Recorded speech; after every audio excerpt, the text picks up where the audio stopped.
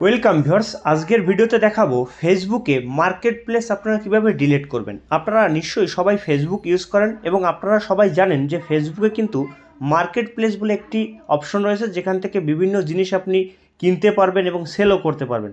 আপনারা দেখতে পাচ্ছেন আমি ফেসবুকে চলে এসেছি। জাস্ট এখান থেকে থ্রি ডটে ক্লিক করব। ক্লিক করার পরে এখানে দেখতে পাবেন লেখা আছে মার্কেট প্লেস। এখানে যখন আমি ক্লিক করব, এই মার্কেট প্লেসে দেখতে পাচ্ছেন বিভিন্ন রকম কিন্তু এখানে জিনিস আপনারা পেয়ে যাবেন, যেগুলো আপনারা কম দামে এখান থেকে কিনতে পারবেন। যে সেল করছে তার সাথে ডাইরেক্ট এসএমএস করে আপনি কিনতে পারেন। এবং যখন আমরা কোনো জিনিস এখান থেকে কেনার জন্য কাউকে এসএমএস করি, সেই এসএমএসগুলো কিন্তু ডিলিট করার কোনো অপশন থাকে না। আমি আপনাদের দেখিয়ে দিচ্ছি। দেখতে পাচ্ছেন আমি আমার ফেসবুকে চলে এসেছি।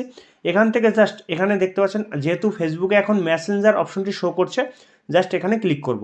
যখনই আমি ক্লিক করলাম, সাথে সাথে এইরকম করে শো হবে। দেখতে পাচ্ছেন প্রথমে আপনারা দেখতে পাচ্ছেন মার্কেট প্লেস বলে একটি অপশন চলে আসবে এইভাবে, যাদের সাথে আপনি এসএমএস করবেন।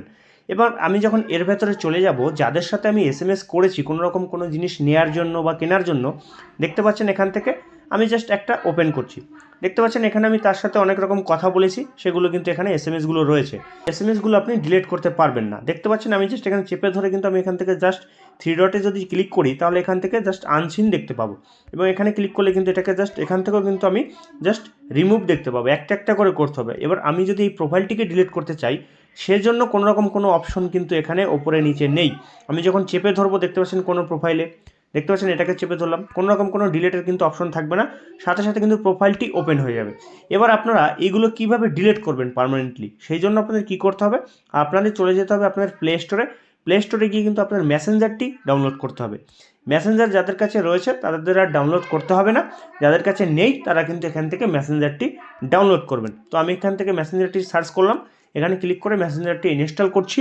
মেসেঞ্জারটি ইনস্টল হওয়ার পরে জাস্ট ওপেনে ক্লিক করবেন। ওপেনে ক্লিক করলে কিন্তু আপনার ফেসবুকটি চলে আসবে এবং কনফার্ম করবেন, সাথে সাথে এইভাবে আপনার মেসেজগুলো শো করবে। এখানে দেখতে পাচ্ছেন মার্কেট প্লেস বলে একটি অপশন রয়েছে, এর উপরে ক্লিক করবেন। সাথে সাথে দেখতে পাবেন আপনি যাদের সাথে মেসেজ করেছেন মার্কেট প্লেসে, যা আপনি কিনতে চেয়েছেন বা কিনেছেন, সেগুলো কিন্তু এভাবে শো করে। জাস্ট এখান থেকে দেখতে পাচ্ছেন থ্রি ডটে ক্লিক করবেন। ক্লিক করে সিলেক্ট চ্যাটে ক্লিক করে কিন্তু আপনি ডিলিট করতে পারেন, অথবা আপনি চেপে ধরবেন। আপনি যখন এটাকে ডিলিট করবেন আপনি চেপে ধরবেন, সাথে সাথে নিচে দেখতে পাচ্ছেন ডিলিট অপশন, ডিলিটে ক্লিক করবেন, ডিলিট হয়ে যাবে।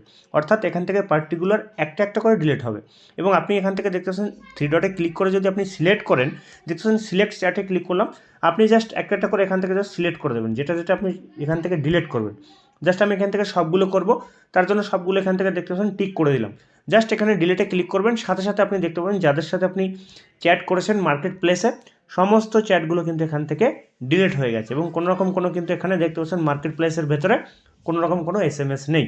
তো এইভাবে করে কিন্তু আপনি আপনার মার্কেট প্লেসের এসএমএসগুলো আপনি ডিলিট করতে পারবেন। এই সমস্যা আপনার অনেকেই কিন্তু রয়েছেন। ভিডিওটি ভালো লাগলে অবশ্যই লাইক করবেন, নতুন ভিডিও পেতে চ্যানেলটি অবশ্যই সাবস্ক্রাইব করবেন।